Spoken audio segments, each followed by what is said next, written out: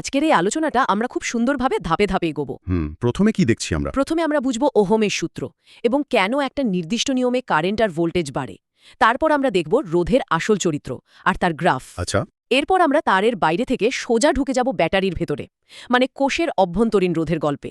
আর সবশেষে তড়িৎচালক বল ও বিভব প্রভেদের মধ্যে একটা খুব সূক্ষ্ম পার্থক্য পরিষ্কার করব। দারুণ। তবে এই আলোচনা শুরু করার আগে একটা ছোট্ট বিষয় মেনশন করে রাখি। আমরা যখন আজকের এই কনসেপ্টগুলো তৈরি করছিলাম তখন পশ্চিমবঙ্গ মধ্যশিক্ষা পর্ষদের বিশেষ করে মাধ্যমিক 2027-এর সিলেবাস ঘাটছিলাম। হ্যাঁ, আর আগের বছরগুলোর প্রশ্নপত্রও তো দেখা হয়েছে। একদম। দেখলাম ভৌতবিজ্ঞানের 6 নম্বর অধ্যায় অর্থাৎ চলতড়িতের এই ওহমের সূত্র আর কোষের অভ্যন্তরীণ রোধের অংশে বেশ কিছু ট্রিকি জায়গা আছে, যেখান থেকে একটু ঘুরিয়ে প্রশ্ন আসে আর কি। ঠিক। তাই যারা শুনছেন তারা যদি আলোচনার সাথে সাথে আমাদের তৈরি করা নোটসটা প্রিন্ট করে সামনে খুলে রাখেন তাহলে বুঝতে খুব সুবিধা হবে। নোটসের টেলিগ্রাম লিঙ্ক তো ডিসক্রিপশন আর পেন্ট কমেন্টে দেওয়াই আছে। হ্যাঁ, তাহলে মূল আলোচনায় ঢোকা যাক। ভৌতবিজ্ঞানের চলতড়িৎ অধ্যায়ের ওহমের সূত্রের ওপর আজকের এই ক্লাসটি সাজানো হয়েছে। চলো তাহলে শুরু করা যাক। সময়টা 1827 খ্রিস্টাব্দ। জার্মান বিজ্ঞানী এবং একজন সাধারণ স্কুল শিক্ষক সাইমন ওহম তড়িৎ নিয়ে একটা যুগান্তকারী সূত্র প্রকাশ করলেন। আচ্ছা, সেই সময় তো বিদ্যুৎ নিয়ে বিজ্ঞানীদের খুব একটা পরিষ্কার ধারণা ছিল না, তাই না? একদমই না। তো ওহম বললেন, তাপমাত্রা ও অন্যান্য ভৌত অবস্থা অপরিবর্তিত থাকলে কোনো পরিবাহীর মধ্যে দিয়ে প্রবাহমাত্রা সেই পরিবাহীর দুই প্রান্তের বিভব প্রভেদের সমানুপাতিক হবে।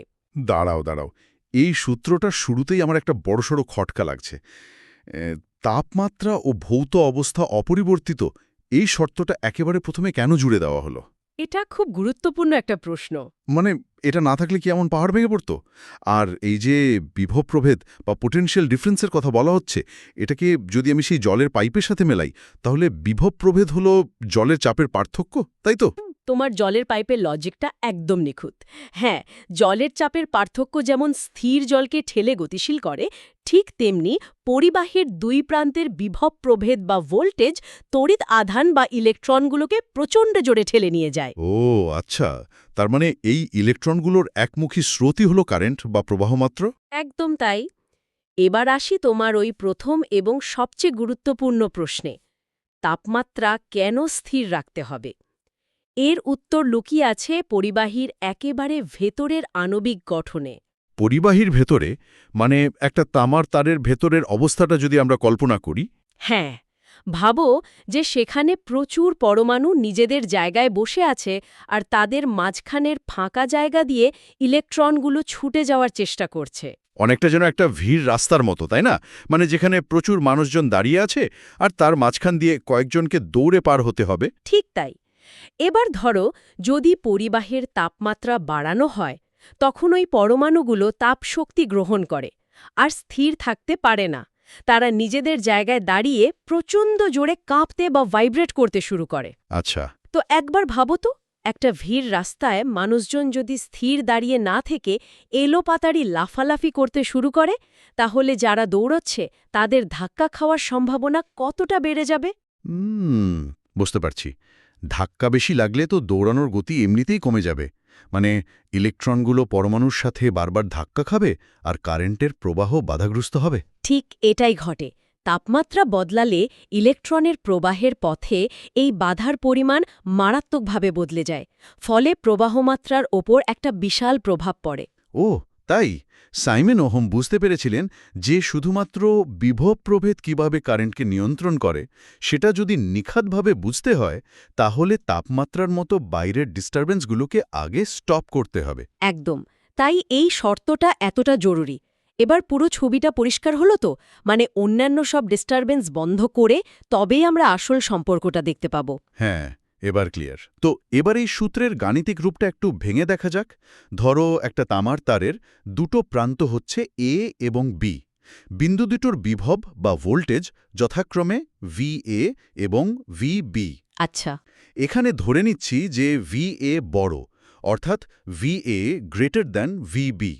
তাহলে ওহমের সূত্র অনুযায়ী আধান VA থেকে VB এর দিকে ছুটবে। ঠিক।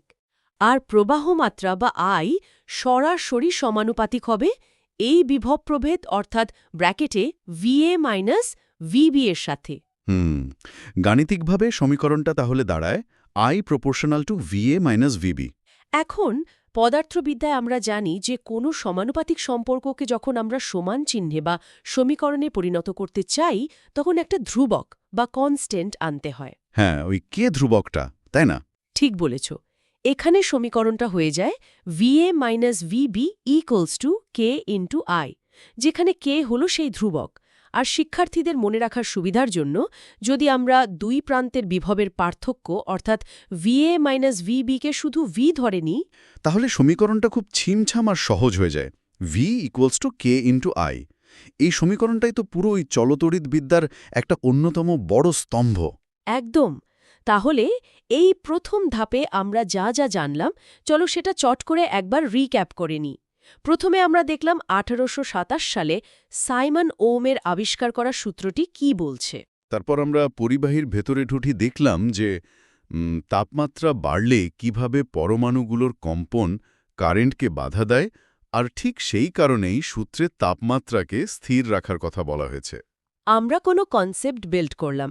আমরা বুঝলাম যে কারেন্ট বা আই সরাসরি বিভব প্রভেদের অর্থাৎ ভি এর সাথে সমানুপাতিক, মানে ভোল্টেজ বা ধাক্কা যত বাড়বে কারেন্ট তত বাড়বে।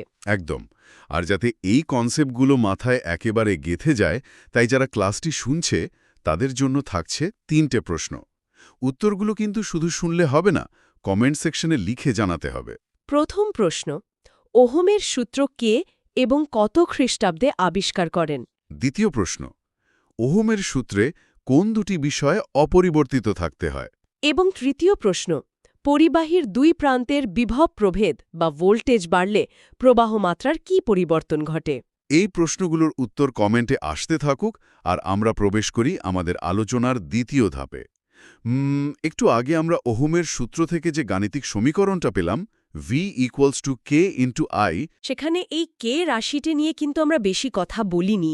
এই কে রাশিটি আসলে কি? হ্যাঁ, সেটাই তো ভাবছি। এই হল পরিবাহীর রোধ বা রেজিস্ট্যান্স, যাকে পদার্থবিদ্যার আর অক্ষর দ্বারা প্রকাশ করা হয়। অতএব সূত্রটিকে আমরা এখন লিখতে পারি V ইকুয়ালস টু IR অথবা R equals to V by I। রোধ বা রেজিস্ট্যান্স, হ্যাঁ, নামটার মধ্যেই তো একটা বাধা দেওয়ার গন্ধ আছে। বইয়ের সংজ্ঞাতেও বলা হচ্ছে যে ধর্মের জন্য পরিবাহী তার মধ্য দিয়ে তড়িৎ প্রবাহকে বাধা দেয় তাকেই রোধ বলে। হ্যাঁ, সংজ্ঞাটা ঠিক এরকমই। কিন্তু আমার এখানে একটা সিরিয়াস প্রশ্ন আছে। আমরা তো চাই কারেন্ট খুব ভালোভাবে প্রবাহিত হোক। যদি রোধ কারেন্টকে বাধাই দেয়, মানে ফ্লো আটকে দেয়, তাহলে তো এটা একটা নেতিবাচক বা খারাপ জিনিস। আচ্ছা, এর এত গুরুত্ব দেওয়ার দরকার কি? আপাত দৃষ্টিতে মনে হতে পারে বাধা দেওয়া মানেই খারাপ, কিন্তু একটু গভীরে ভাবলে দেখবে এই বাধা বা রোধই হল আমাদের হাতে থাকা সবচেয়ে শক্তিশালী অস্ত্র। শক্তিশালী অস্ত্র মানে কিভাবে? রোধ হল তড়িৎ প্রবাহকে নিজের ইচ্ছামতো নিয়ন্ত্রণ করার চাবিকাঠি। মানে ধরো কেউ রাস্তায় গাড়ি চালাচ্ছে, আর গাড়িতে যদি শুধু অ্যাক্সেলারেটর থাকে কিন্তু কোনো ব্রেক না থাকে, তাহলে কি হবে? আরে, তাহলে তো দুর্ঘটনা নিশ্চিত।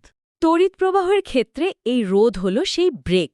ওহ, তার মানে রোধ আমাদের কারেন্টকে বশ করতে সাহায্য করে। একটা বাস্তব উদাহরণ দিয়ে ব্যাপারটা আরেকটু ক্লিয়ার করা যায় কি? অবশ্যই। ধরো কারো ঘরের সিলিং ফ্যানের কথা ভাবা যাক। যখন গরম বেশি লাগে ফ্যানের স্পিড বাড়িয়ে দেওয়া হয়, আবার রাতে ঠান্ডা লাগলে স্পিড কমিয়ে দেওয়া হয়। হ্যাঁ, এই কাজটা তো একটা রেগুলেটর ঘুরিয়ে করা হয়। ঠিক, কিন্তু রেগুলেটরের ভেতরে আসলে কি হয়? যখন রেগুলেটর ঘোরানো হয় তখন আসলে সার্কিট বা বর্তনীতে রোধের পরিমাণ পরিবর্তন করা হয়। আচ্ছা, মানে ফ্যানের স্পিড কমাতে চাইলে রোধ বাড়িয়ে দেওয়া হয়? একদম তাই। বাধা বেশি হওয়ায় কারেন্ট কমে যায় আর ফ্যান আস্তে ঘোরে। আবার যখন স্পিড বাড়ানোর দরকার হয় রোধ কমিয়ে দেওয়া হয়, কারেন্ট হুড়মুড় করে বেড়ে যায়, ফ্যান জোরে ঘোরে। দারুণ লজিক। ব্রেক ছাড়া গাড়ির উদাহরণটা একেবারে মাথায় গেঁথে গেল। সুতরাং রোধ না থাকলে বিদ্যুৎকে প্রয়োজন মতো ব্যবহারই করা যেত না। যে কোনো ইলেকট্রনিক সার্কিট জ্বলে পুড়ে ছাই হয়ে যেত। তার মানে পরিবাহীর যে নিজস্ব বাধা দেওয়ার ক্ষমতা, সেটাকে কাজে লাগিয়েই আমরা ইলেকট্রনিক্সের দুনিয়া চালাচ্ছি। এবার এই রোধের পরিমাপ বা একক নিয়ে কথা বলা যাক। এসআই পদ্ধতিতে রোধের একক কি? এসআই পদ্ধতিতে রোধের একক হল ওহম, যাকে গ্রিক অক্ষর ওমেগা দিয়ে প্রকাশ করা হয়। আচ্ছা, এই 1 ওহমের সংজ্ঞাটা মুখস্থ না করে লজিক দিয়ে কিভাবে বের করা যায়? মানে পরীক্ষার জন্য তো মুখস্থ করতে গেলে গুলিয়ে যেতে পারে। খুব সহজ। আমাদের সমীকরণটা কি ছিল? R = V by I। হ্যাঁ, এবার ডান দিকের রাশিগুলোকে যদি 1 করে দেওয়া হয়, মানে V এর জায়গায় 1 ভোল্ট আর I এর জায়গায় 1 অ্যাম্পিয়ার বসানো হয়, তাহলে R এর মানও 1 হবে।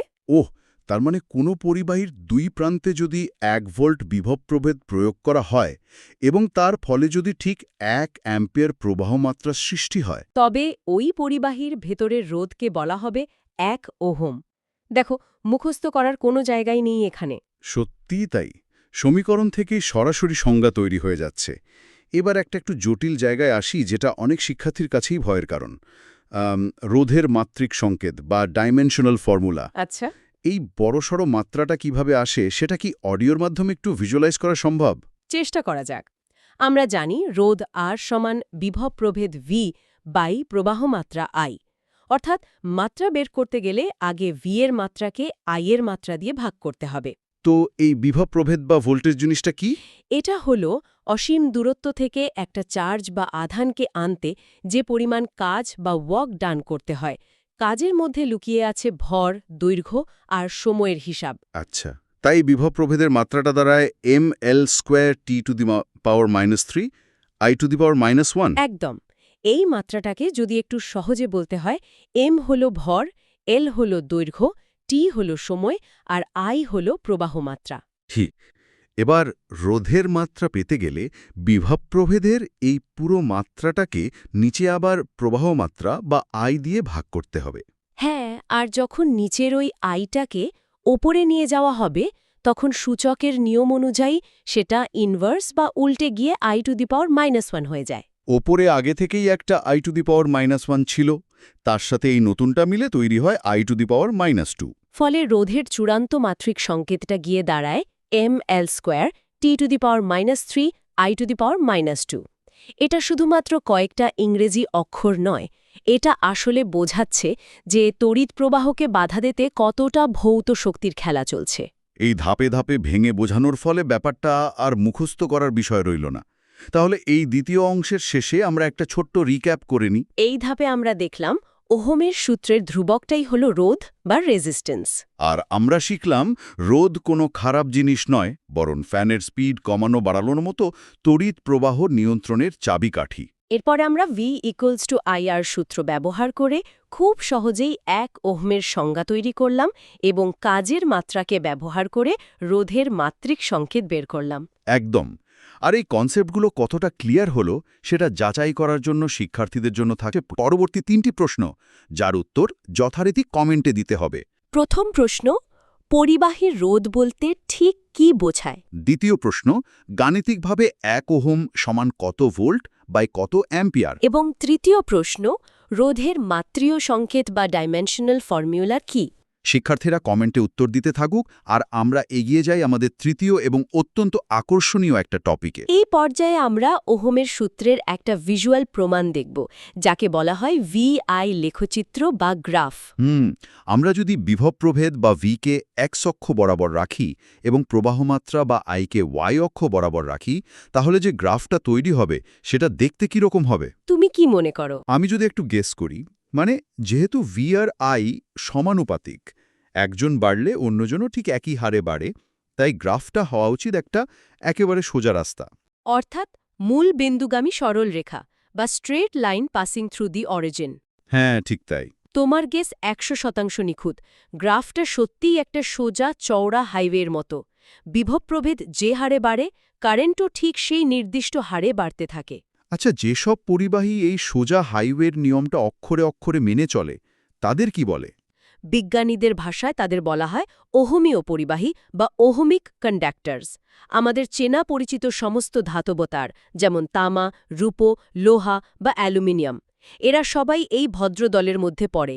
এদের গ্রাফ সবসময় মূল বিন্দুগামী সরল রৈখিক হয়। কিন্তু পৃথিবীতে তো সবাই নিয়ম মেনে চলে না। পদার্থবিদ্যার জগতেও কি এমন কেউ আছে যারা এই সোজা রাস্তার নিয়ম ভাঙে, মানে ওহমের সূত্রকে পাত্তা দেয় না? খুব প্রাসঙ্গিক একটা প্রশ্ন। হ্যাঁ, ব্যতিক্রম আছে। আর সেখানে লুকিয়ে আছে আধুনিক ইলেকট্রনিক্সের বড় একটা রহস্য। তাই নাকি? যারা ওহমের সূত্র মেনে চলে না তাদের বলা হয় অহমীয় পরিবাহী বা নন ওহমিক কন্ডাক্টরস। এদের ক্ষেত্রে ভিআই লেখচিত্রটি ওই মূল বিন্দুগামী সোজা হাইওয়ের মতো হয় না, বরং লাইনটা বেঁকে যায় যেন রাস্তায় ট্রাফিক জ্যাম বা বাঁক এসে গেছে। এরকম। ঠিক। এর একটা খুব জনপ্রিয় উদাহরণ হল অর্ধপরিবাহী ডায়োড বা ট্রানজিস্টর। ট্রানজিস্টর, যেটা আমাদের মোবাইল ফোন থেকে শুরু করে কম্পিউটারের প্রসেসরে থাকে। ঠিক তাই। এদের ভেতরের গঠন এতই জটিল যে বিভব প্রভেদ দ্বিগুণ করলেই যে কারেন্টও ঠিক দ্বিগুণ হয়ে যাবে তার কোনো মানে নেই। আচ্ছা, মানে কারেন্ট হয়তো খুব সামান্য বাড়তে পারে, আবার হঠাৎ করে অনেক বেড়ে যেতে পারে। একদম তাই। এরা অহমীয় পরিবাহী। এই নিয়মভাঙা পরিবাহীগুলোর কথা মাথায় রাখা খুব দরকার। এবার আমরা এই পুরো কনসেপ্টটাকে কাজে লাগিয়ে একটা দারুণ গাণিতিক সমস্যার সমাধান করব, যেটা মাধ্যমিক পরীক্ষায় আসার জন্য একদম পারফেক্ট। প্রশ্নটা কি? কি রাখা আছে? কিন্তু প্রথম পরিবাহীর রোধ R1 হল 4R এবং দ্বিতীয় পরিবাহীর রোধ R2 হল শুধু R। আচ্ছা, তাহলে প্রশ্ন হচ্ছে এদের মধ্যে দিয়ে যাওয়া প্রবাহ মাত্রার অনুপাত অর্থাৎ I1:I2 কত হবে? হ্যাঁ, ঠিক এটাই। এই ধরনের অঙ্কে প্রথমেই দেখতে হবে কোন বিষয়টা স্থির বা ধ্রুবক আছে। এখানে স্পষ্ট বলা হয়েছে যে বিভব প্রভেদ বা ভি একই আছে। তাহলে ওহমের সূত্র V = IR অনুযায়ী প্রথম পরিবাহীর ক্ষেত্রে আমরা লিখতে পারি V = I1 × R1, অর্থাৎ V = I1 × 4R। আর দ্বিতীয় পরিবাহীর ক্ষেত্রে লিখতে পারি V = I2 × R2, অর্থাৎ V = I2 × R। যেহেতু দুটোর ক্ষেত্রে বাঁদিকে V আছে আর V এর মান সমান, তাহলে আমরা তো এই দুটো সমীকরণের ডান দিকটাকে অনায়াসে একে অপরের সাথে সমান করে দিতে পারি। একদম। মানে I1 × 4 আর I2 × R। দুই দিক থেকে R কেটে দিলে পড়ে থাকে 4I1 = I2। হ্যাঁ, আর এখান থেকে খুব সহজেই অনুপাতটা বের করা যায়। I1/I2 = 1/4, অর্থাৎ প্রবাহমাত্রার অনুপাত হল 1:4। একদম সলিড লজিক। আর এই অঙ্কের পেছনের বাস্তব ফিজিক্সটা একবার খেয়াল করো। আমরা আগেই জেনেছি যে রোধ হল কারেন্টের পথে বাধা। ঠিক। যদি ধাক্কা বা ভোল্টেজ সমান থাকে তবে যার বাধা বা রোধ বেশি তার মধ্য দিয়ে স্বাভাবিকভাবেই কারেন্ট কম যাবে। এখানে প্রথম পরিবাহীর রোধ দ্বিতীয়টির চেয়ে 4 গুণ বেশি। তাই বাধা বেশি থাকায় তার মধ্য দিয়ে কারেন্ট যাবে ঠিক 4/1 গাণিতিক সমাধান আর বাস্তব ফিজিক্স দুটোই এখানে মিলে একটা সম্পূর্ণ ছবি তৈরি করল। অসাধারণ। তাহলে এই তৃতীয় ধাপে আমরা কি কি শিখলাম তার একটা রিক্যাপ হয়ে যাক। এই অংশে আমরা দেখলাম ভিআই লেখচিত্র কেমন দেখতে হয়, যা একটা মূলবিন্দুগামী সরলরেখা। আমরা জানলাম ওহমীয় পরিবাহী এবং ট্রানজিস্টরের মতো অহমীয় পরিবাহীর মধ্যে পার্থক্য কি। আর সবশেষে শিখলাম বিভব প্রভেদ স্থির থাকলে কিভাবে রোধ আর কারেন্ট একে অপরের উল্টো পথে হাঁটে এবং সেটা দিয়ে কিভাবে জটিল অনুপাতের অঙ্ক কষতে হয়। এবার এই কনসেপ্টগুলোর ওপর ভিত্তি করে আজকের শেষ 3টে প্রশ্ন শিক্ষার্থীদের জন্য। প্রথম প্রশ্ন, ওহমীয় পরিবাহীর ভিআই লেখচিত্রের আকার কীরকম হয়? দ্বিতীয় প্রশ্ন, এমন একটু পরিবাহীর নাম লেখো যা ওহমের সূত্র একেবারেই মেনে চলে না। এবং তৃতীয় প্রশ্ন, বিভব প্রভেদ স্থির থাকলে কোনো পরিবাহীর রোধ 4 গুণ করা হলে প্রবাহমাত্রা আগের তুলনায় কত গুণ হবে? প্রশ্নগুলোর উত্তর কমেন্টে আসুক। আর একটা জিনিস খেয়াল করে দেখো, আমরা কিন্তু কোথাও শুধু রিডিং পড়লাম না বা মুখস্থ করতে বললাম না। ঠিক এটাই আমাদের লক্ষ্য। পাঠ্য বইয়ের সেই একঘেয়ে বা বোরিং পড়াশোনার দিন কিন্তু শেষ। প্রিভিয়াস ইয়ার কোয়েশ্চেন অ্যানালিসিস করে একদম লজিক আর ভিজুয়ালাইজেশনের সাহায্যে এই ধরনের স্ট্রাকচার্ড প্রিমিয়াম লার্নিং ইউটিউবে খুবই কম পাওয়া যায়। মুখস্থ না করে বিষয়গুলোর গভীরে ঢুকে ফিজিক্সকে ফিল করার যে আনন্দ, সেটা সম্পূর্ণ আলাদা। একদম। আর আমরা চাই শিক্ষার্থীদের পরীক্ষার প্রস্তুতি যেন সম্পূর্ণ নিশ্ছিদ্র হয়। তাই মূল কনসেপ্ট ক্লিয়ার করার পাশাপাশি আমাদের কোয়েশ্চেন আনসার রিভিশন সিরিজ, পুরো চ্যাপ্টার এক নজরে দেখার জন্য মাইন্ড ম্যাপ রিভিশন এবং পরীক্ষার ঠিক আগে র্যাপিড রিভিশন সিরিজ আসতে চলেছে। অর্থাৎ মাধ্যমিক ভৌত বিজ্ঞানের জন্য পুরো প্রিপারেশন ইকোসিস্টেম এখানে সাজানো আছে। ওরে ভৌত বিজ্ঞান বিষয়ের চলতরি চ্যাপ্টারের অত্যন্ত গুরুত্বপূর্ণ টপিক মানে ওহমের সূত্র, ইএমএফ এবং কোষের অভ্যন্তরীণ রোধ নিয়ে আমাদের আজকের এই নিবিড় বিশ্লেষণ। তো চলো একেবারে বেসিক থেকে শুরু করা যাক। চলো। একটা ব্যাটারিকে যখন আমরা বাইরের একটা রোধের সাথে যুক্ত করি, তখন সার্কিটটা কিভাবে কাজ করে? বিষয়টা একটু ভিজুয়ালাইজ করা যাক। ধরো একটা তড়িৎ কোষ বা ব্যাটারিকে আমরা বাইরের একটা বাল্বের সাথে যুক্ত করলাম। আচ্ছা, প্রবাহ কোন দিক থেকে কোন দিকে যাবে? এটা তো আমরা জানি। বাইরের সার্কিটে কারেন্ট সবসময় ব্যাটারির পজিটিভ মেরু থেকে নেগেটিভ মেরুর দিকে যায়। ঠিক, কিন্তু মজার বিষয়টা ঘটে ব্যাটারির ঠিক ভেতরে। দাঁড়ো, ব্যাটারির ভেতরে আবার কি ঘটবে? কারেন্ট তো পজিটিভ থেকে বেরিয়ে নেগেটিভে পৌঁছে গেল, মানে কাজ তো শেষ। না, এখানেই তো আসল বিজ্ঞান। কারেন্টকে তো একটা সম্পূর্ণ পথ বা লুপ তৈরি করতে হবে, তাই না? ও আচ্ছা, লুপ। হ্যাঁ, লুপ। বাইরের সার্কিট দিয়ে কারেন্ট পজিটিভ থেকে নেগেটিভে পৌঁছালো। এবার লুপটা সম্পূর্ণ করার জন্য ব্যাটারির ভেতরে ওই কারেন্টকে নেগেটিভ মেরু থেকে আবার পজিটিভ মেরুর দিকে ফিরে আসতে হয়। বুঝতে পারছি। আর এখানেই তৈরি হয় আসল খেলা। তড়িৎ কোষের ভেতরটা তো আর ফাঁকা পাইপের মতো নয়, সেখানে বিভিন্ন রাসায়নিক উপাদান, তড়িৎ বিশ্লেষ্য বা তরল থাকে। হ্যাঁ, কেমিক্যালস থাকে। তো যখন কারেন্ট ওই রাসায়নিক উপাদানের মধ্যে দিয়ে যায়, তখন সে একটা মারাত্মক বাধার সম্মুখীন হয়। এই বাধাকেই বলা হয় কোষের অভ্যন্তরীণ রোধ বা স্মল আর। একটু খটকা লাগছে। কি রকম? তার মানে ব্যাটারি যে কারেন্ট তৈরি করছে, হ্যাঁ। সেই কারেন্টকেই ব্যাটারির ভেতরের রাসায়নিক উপাদান আবার বাধা দিচ্ছে। মানে নিজের তৈরি জিনিসকেই নিজে আটকাচ্ছে। এটা তো একটা অদ্ভুত ডিজাইনের ত্রুটি বলে মনে হচ্ছে। শুনতে অদ্ভুত লাগলেও এটাই ফিজিক্সের নিয়ম।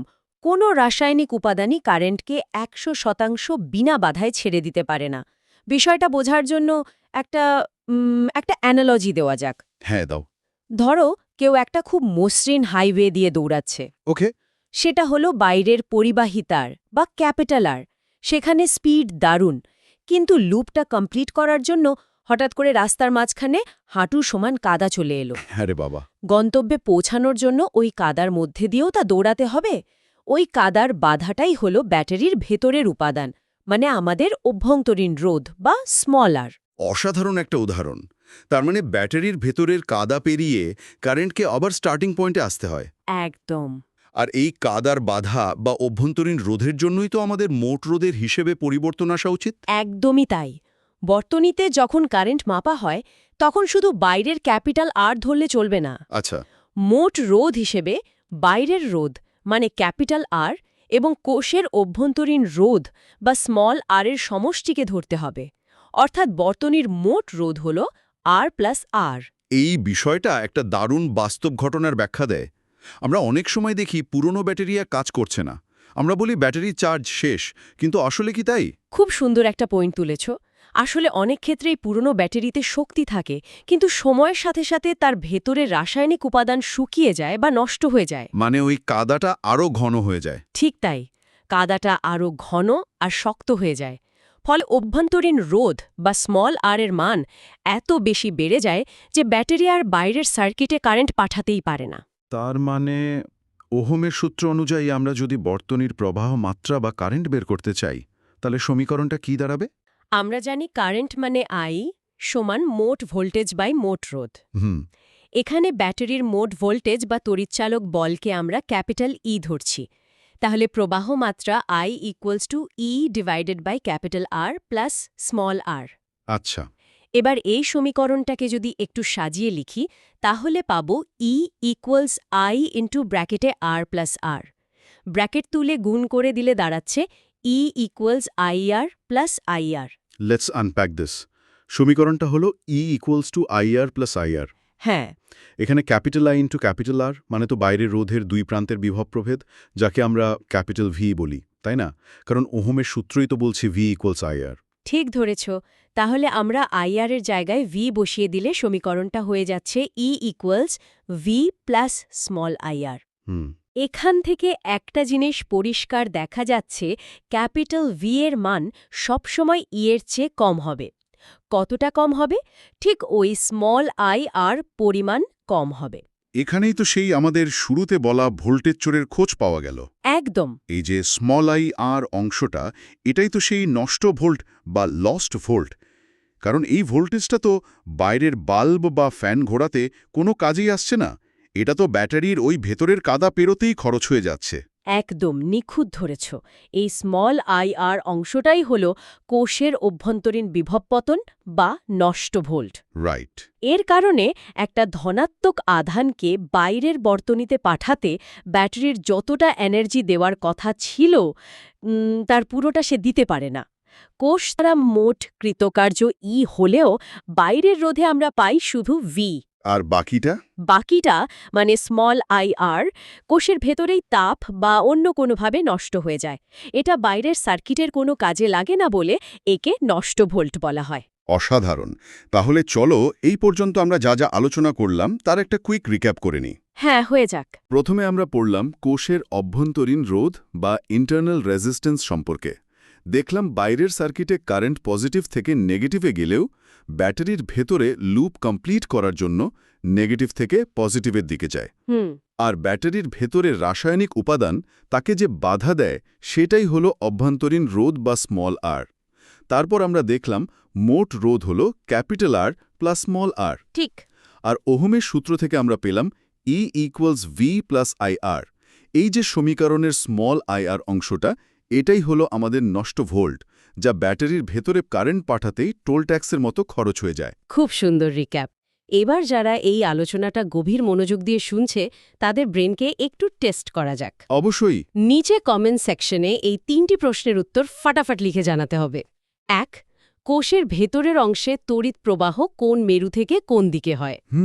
ভালো প্রশ্ন। 2. বর্তনীর মোট রোধের সূত্রটি কি? আর 3.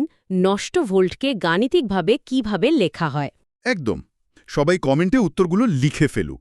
এবার একটা ইন্টারেস্টিং জায়গায় যাওয়া যাক। চলো, যদি ব্যাটারি তার নিজের অভ্যন্তরীণ রোধের কাছেই কিছু ভোল্টেজ হারিয়ে ফেলে, তাহলে ব্যাটারির আসল ক্ষমতাটা আমরা মাপব কিভাবে? এই প্রশ্নটা থেকেই কিন্তু আমাদের পরের টপিকটা চলে আসে।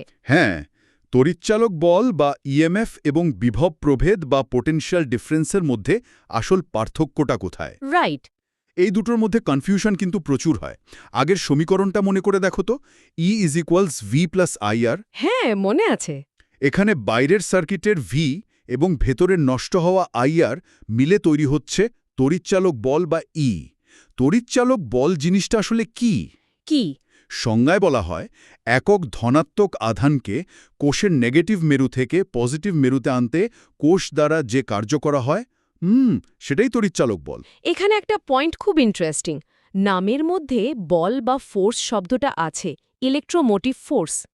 কিন্তু আক্ষরিক অর্থে এটা তো কোনো বল বা ফোর্স নয়। এটা আসলে এক ধরনের কার্য বা ওয়ার্ক, তাই না? একদম ঠিক বলেছ। এটা আসলে শক্তি বা কৃতকার্য।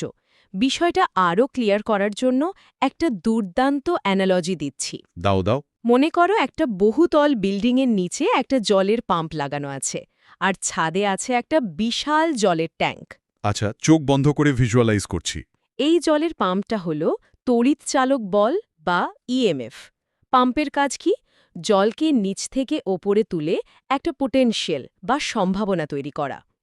আর ছাদের ট্যাঙ্ক থেকে যখন জলটা পাইপ দিয়ে নিচে পড়ে এবং হয়তো একটা টারবাইন ঘোরায়, সেই নিচে পড়া জলটা হল বিভব প্রভেদ বা পোটেনশিয়াল ডিফারেন্স। দারুণ। তার মানে পাম্পটা বা ইএমএফ তড়িৎ শক্তি তৈরি করছে, আর নিচে পড়া জলটা বা বিভব প্রভেদ সেই শক্তিটাকে ব্যবহার করে কাজ করছে। ঠিক তাই। এই অ্যানালজি ধরে আমরা পার্থক্যগুলো খুব সহজেই বের করে ফেলতে পারি। চলো পার্থক্যগুলো তাহলে মিলিয়ে নিই। প্রথম পার্থক্য হল শক্তির রূপান্তর। পাম্পের ক্ষেত্রে কি হয়? মেকানিক্যাল বা অন্য কোনো শক্তি পোটেনশিয়াল এনার্জিতে বদলায়। হ্যাঁ। তেমনি তড়িৎচালক বল বা ইএমএফ এর ক্ষেত্রে ব্যাটারির ভেতরের রাসায়নিক শক্তি তড়িৎ শক্তিতে রূপান্তরিত হয়। আচ্ছা। অন্যদিকে বিভব প্রভেদের ক্ষেত্রে উল্টোটা ঘটে। পাইপের জল টারবাইন ঘোরায়, অর্থাৎ বর্তনীর কোনো অংশে তড়িৎ শক্তি অন্য কোনো শক্তিতে, যেমন বাল্বের ক্ষেত্রে তাপ বা আলোক শক্তিতে রূপান্তরিত হয়। মানে ব্যাটারি আমাদের তড়িৎ শক্তি দিচ্ছে, ওটা ইএমএফ, আর বাইরের বাল্ব বা ফ্যান সেই তড়িৎ শক্তি নিয়ে আলো বা হাওয়া দিচ্ছে, সেটা বিভব প্রভেদ। একদম। দ্বিতীয় পার্থক্যটা তো এই কারণ আর ফলের সম্পর্ক, তাই না? হ্যাঁ। পাম্প না চললে কি ছাদে জল জমবে? জমবে না। তাই পাম্প বা তড়িৎচালক বল হলো কারণ। এই বল আছে বলেই সার্কিটে কারেন্ট ফ্লো করে। আর ফলটা? আর ছাদ থেকে জল পড়া বা বিভব প্রভেদ হলো তার ফল। হ্যাঁ, তার মানে তড়িৎচালক বল হলো কারণ, আর তার জন্যই আমরা সার্কিটে বিভব প্রভেদ বা ফল দেখতে পাই। একদম। ব্যাটারিতে ইএমএফ না থাকলে বাইরের সার্কিটে কোনো ভোল্টেজ ড্রপ বা বিভব প্রভেদ তৈরি হতো না। আর তৃতীয় অত্যন্ত গুরুত্বপূর্ণ পার্থক্যটা হলো এদের পরিমাপের যন্ত্র। বিভব প্রভেদ মাপা হয় ভোল্টমিটারের সাহায্যে। ভোল্টমিটার। কিন্তু তড়িৎচালক বল মাপা হয় পোটেনশিওমিটার নামক যন্ত্রের সাহায্যে। এর পেছনেও একটা দারুণ কারণ আছে। কি কারণ? ভোল্টমিটার যখন সার্কিটে লাগানো হয় সে নিজে একটুখানি কারেন্ট টেনে নেয়, আর কারেন্ট ফ্লো হলেই ওই নষ্ট ভোল্ট বা আইআর তৈরি হয়ে যায়। ও আচ্ছা। ফলে ভোল্টমিটার কখনোই নিখুঁত ই মাপতে পারে না, সে সবসময় ভি মাপে, যা ই এর চেয়ে সামান্য কম। কিন্তু পোটেনশিওমিটার এমনভাবে কাজ করে যে সে কোনো কারেন্ট টানে না, তাই নিখুঁত তড়িৎচালক বলটা মাপতে পারে। এই জন্যই তো কনসেপ্টগুলো মুখস্থ করার কোনো দরকার নেই, একটু ভিজুয়ালাইজ করলেই পরিষ্কার হয়ে যায়। ফিজিক্স মানে শুধু বইয়ের পাতা থেকে রিডিং পড়া নয়। একদম। এই ধরনের স্ট্রাকচার্ড প্রিমিয়াম লার্নিং ইউটিউবে খুব কমই পাওয়া যায়। প্রিভিয়াস ইয়ার কোয়েশ্চেন অ্যানালিসিস করে যখন কন্টেন্ট তৈরি হয় তখন পাঠ্য বইয়ের ওই বোরিং পড়াশোনার দিন শেষ হয়ে যায়। একদম ঠিক বলেছ। চলো তাহলে এই অংশের একটা সামারি বা রিক্যাপ করে ফেলি। চলো। আমরা দেখলাম ইএমএফ এবং বিভব প্রভেদের মধ্যে মূল পার্থক্য তিনটে। প্রথমত, শক্তির রূপান্তর। ইএমএফ এর রাসায়নিক শক্তি তড়িৎ শক্তিতে বদলায়, আর বিভব প্রভেদের তড়িৎ শক্তি অন্য শক্তিতে বদলায়। দ্বিতীয়ত, কারণ ও ফল। ইএমএফ হল কারণ আর বিভব প্রভেদ হল তার ফল। এবং তৃতীয়ত, পরিমাপের যন্ত্র। নিখুঁত ইএমএফ মাপি পোটেনশিওমিটার দিয়ে, আর বিভব প্রভেদ মাপি ভোল্টমিটার দিয়ে। ক্লিয়ার। তাহলে এবার যারা শুনছে তাদের জন্য আমার তরফ থেকে 3টি প্রশ্ন থাকছে। বলে ফেলো। 1. তড়িৎচালক বল মাপতে কোন যন্ত্র ব্যবহার করা হয়? 2.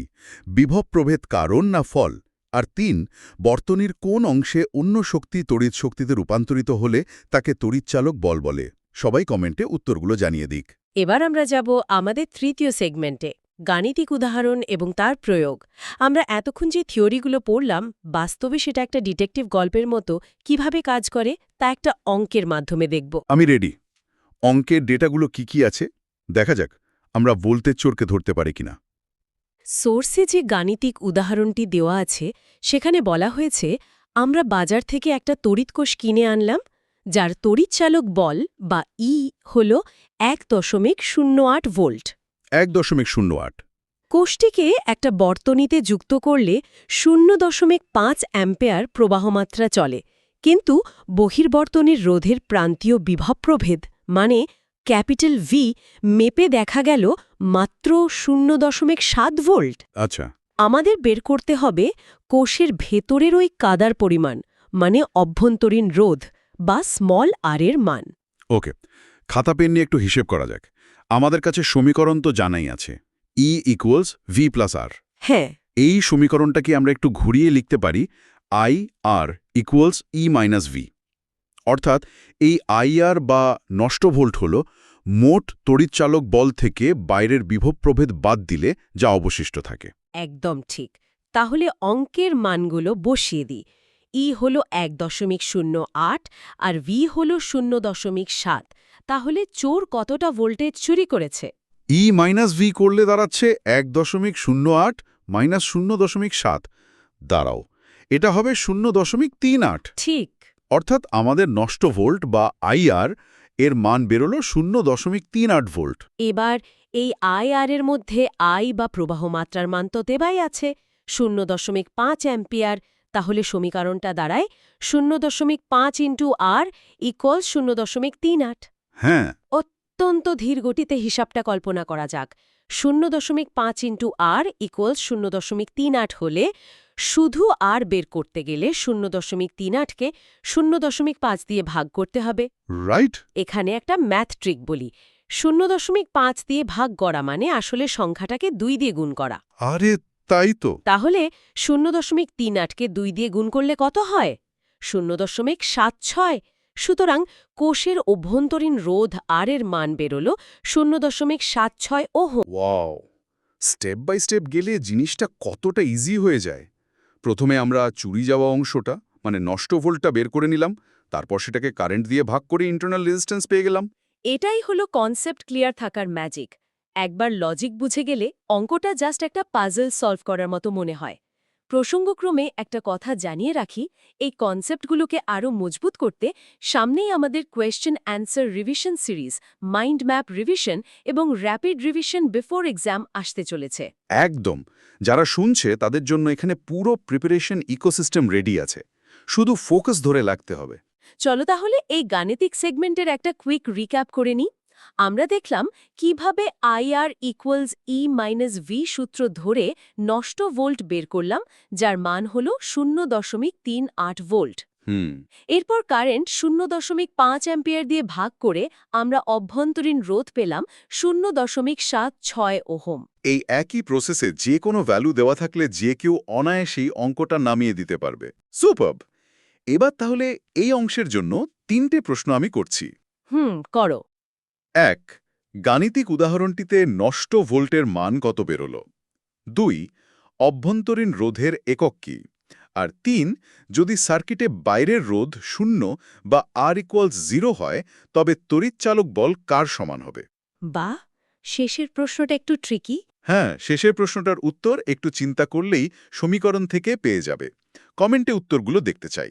আজকের আলোচনাটা অনেকটা পথ পেরিয়ে এসেছে। পুরো বিষয়টার একটা মেন্টাল ম্যাপ তৈরি করে নেওয়া যাক। হ্যাঁ, একদম। একদম শুরুতে আমরা জানলাম ওহমের সূত্র এবং ভোল্টেজ আর কারেন্টের সম্পর্ক। সেখান থেকে এলো রোধের ধারণা। তারপর আমরা ভোল্টেজ আর কারেন্টের গ্রাফ দেখলাম, বুঝলাম কেন আণবিক স্তরে তাপমাত্রা ফিক্সড রাখতে হয়। এরপর আমরা তারের বাইরে থেকে সোজা ঢুকে গেলাম ব্যাটারির ভেতরে। সেখানে কিভাবে অভ্যন্তরীণ রোধ কারেন্টকে বাধা দেয় আর কিভাবে নষ্ট ভোল্ট তৈরি হয় সেটা জানলাম। সবশেষে তড়িৎচালক বল ও বিভব প্রভেদের পার্থক্য ক্লিয়ার করে প্র্যাকটিক্যাল অঙ্কের মাধ্যমে ভেতরের অজানা রোধ বের করা শিখলাম। বিজ্ঞানকে যখন এইভাবে ধাপে ধাপে লজিক দিয়ে বোঝা যায়, তখন কিন্তু আর মুখস্থ করার প্রয়োজন হয় না। একদমই তাই। এই ধরনের স্ট্রাকচার্ড প্রিমিয়াম লার্নিং, যা আগের বছরের প্রশ্নপত্র অ্যানালিসিস করে তৈরি করা হয়, সেটা গতানুগতিক পাঠ্য বই পড়ার একঘেয়েমি থেকে অনেকটাই আলাদা। এটা ইউটিউবে খুবই কমই পাওয়া যায়। আর এই প্রস্তুতি এখানেই থামছে না। সামনেই চ্যানেলে আসতে চলেছে কোয়েশ্চেন অ্যান্সার রিভিশন সিরিজ, পুরো সিলেবাসের মাইন্ড ম্যাপ রিভিশন, আগের বছরের প্রশ্নগুলোর রিভিশন এবং পরীক্ষার ঠিক আগের র্যাপিড রিভিশন। বলতে গেলে এটা ছাত্রছাত্রীদের জন্য একটা সম্পূর্ণ প্রিপারেশন ইকোসিস্টেম। তবে একটা বিষয়ে বিনীতভাবেই বলি, এই ধরনের কোয়ালিটি এবং স্ট্রাকচার্ড কন্টেন্ট তৈরি করতে আমাদের অনেকটা সময় আর পরিশ্রম লাগে। একটি লাইক, শেয়ার বা চ্যানেলটি সাবস্ক্রাইব করা থাকলে এই কাজটা চালিয়ে যাওয়া আমাদের জন্য অনেক সহজ হয়। আজকে তো আমরা জানলাম রোধ কারেন্টকে বাধা দেয়, কিন্তু এই রোধ নিজে কিসের উপর নির্ভর করে? তার লম্বা হলে কি হবে, মোটা হলে কি হবে? খুব ইন্টারেস্টিং প্রশ্ন। পরের ক্লাসে আমরা দেখব এই রোধাঙ্ক ও পরিবাহিতাঙ্ক কি, এবং একাধিক রোধকে যখন আমরা শ্রেণী সমবায় বা সমান্তরাল সমবায়ে যুক্ত করি, তখন সার্কিটে কি ম্যাজিক হয়। তাহলে আজকের মতো আমাদের গভীর আলোচনা এখানেই শেষ করছি। পরবর্তী ক্লাসে আবার দেখা হবে। ততক্ষণের জন্য আজকে যা শিখলাম সেই নষ্ট ভোল্টের কথা ভাবতে পারেন। কে জানে আপনার ঘরের টিভি রিমোটের ব্যাটারিটা এই মুহূর্তে কতটা ভোল্টেজ ভেতরে নষ্ট করছে।